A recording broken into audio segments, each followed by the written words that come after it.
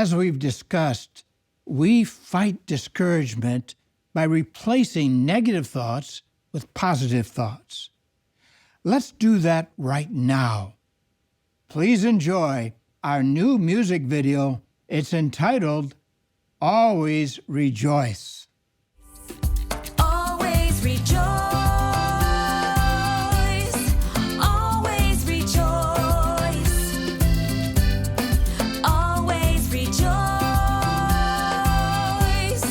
Always rejoice. Family and brotherhood. Unity feels so good.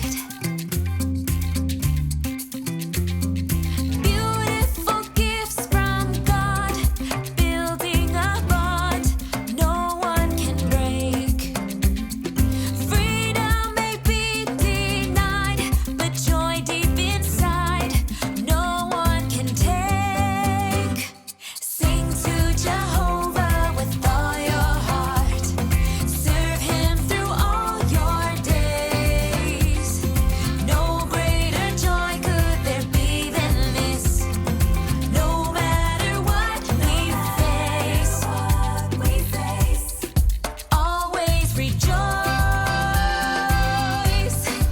Always rejoice. Always rejoice. Always rejoice. Earth will be a paradise for all eternity. Jesus' loving sacrifice truly sets us free. So we've been watching the new music video, Always Rejoice, and wasn't that a catchy tune? I honestly enjoyed it. I found myself tapping my foot to that beat. I think it's the same artist or the same singer who did the We're Your Family song and also the Run the Race song. Very similar style, isn't there, to those previous music videos. Of course, that's not to say that this isn't an incredibly manipulative music video. All of them are. The message here being, if you're a Jehovah's Witness, you're going to be happy all the time because look at all of these smiling faces. And of course, they're never going to show the unhappy faces, are they? Or they're never going to show the tense atmosphere in the back room of a kingdom hall when someone's having their judicial committee. Or they're not going to show parents in tears because their child is leaving the home having just been disfellowshipped. They have a narrative. The narrative is being in the Jehovah's Witness religion makes you happy. So of course it's just going to be happy smiling faces of Jehovah's Witnesses. I say Jehovah's Witnesses, it wouldn't surprise me if quite a lot of the footage that we've just seen is actually just stock footage. I mean, I can't prove that, it's just speculation, but it would be interesting if at least one or two of those faces were actually worldly people because it was stock footage, worldly people who are doomed for annihilation when Armageddon comes. At least one of those smiling faces made me recoil in disgust because we had footage there of a child being baptized. Tibor will show it overlaid across this video if he is gracious. Yeah, I always hate seeing young people, minors, children, committing themselves to this organization. It's an organization that is increasingly okay with child baptism.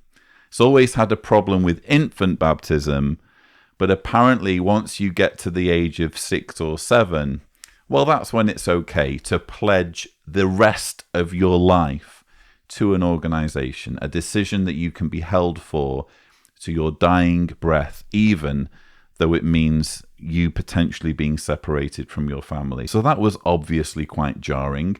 I also found it interesting where they were showing the footage from entertainment evenings. Again, Tibor will hopefully show you as an overlay this incredible footage of witnesses up on stage doing these dance routines and these performances in front of huge crowds.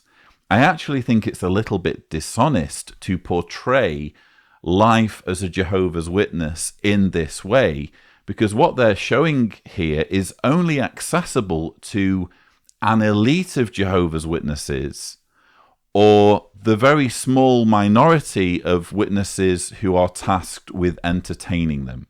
So how it works is, if there's an international convention, usually I'm not talking about in terms of COVID and social distancing and that sort of thing, but under normal circumstances, when there's an international convention, you can apply to be a delegate. You'll still have to pay for your travel. In fact, I would argue you have to pay more for your travel and more for your accommodation, because it's all a little bit of a racket. The organization makes a tidy margin on the money that you spend because it all goes through them and they get to negotiate the rates. But you have to apply for the privilege to do this. You have to apply to be a delegate at one of these international conventions. And because you are forking out all of this cash and giving it directly to the organization, just for the privilege of going to an event where you're guaranteed to see a governing body member, what happens is the organization pulls out all of the stops, throws out the rule book in terms of what is or isn't acceptable inside a kingdom hall, for example, and will do anything to keep their delegates entertained, so that you have these huge events where you have all the dancing on stage, you have the large crowds swaying their arms. That's not typical when you're a Jehovah's Witness. The vast majority of Jehovah's Witnesses will never experience an entertainment evening for convention delegates. I never experienced one. I'm sure many watching this will never have experienced one. Some will, but it's disingenuous as far as I'm concerned to show these entertainment evenings as though this is what life as a Jehovah's Witness is all about. It just isn't. I actually discussed this whole weird Jehovah's Witness subculture of entertaining delegates in my video, Dancing for Jehovah, thumbnail here if Tibor is gracious. So please check that video out if you want to know more about this weird thing where witnesses dance on stage. There's even footage of people doing line dancing on a Kingdom Hall platform in that video, believe it or not. Again, entirely non-typical for the Jehovah's Witness experience. But all of that aside, and forgetting the manipulative side of this music video, we heard there, family and brotherhood, unity feels so good. We want unity. Despite all of those culty messages hidden away in the lyrics and hidden away in the footage, let's face it, it's a catchy tune.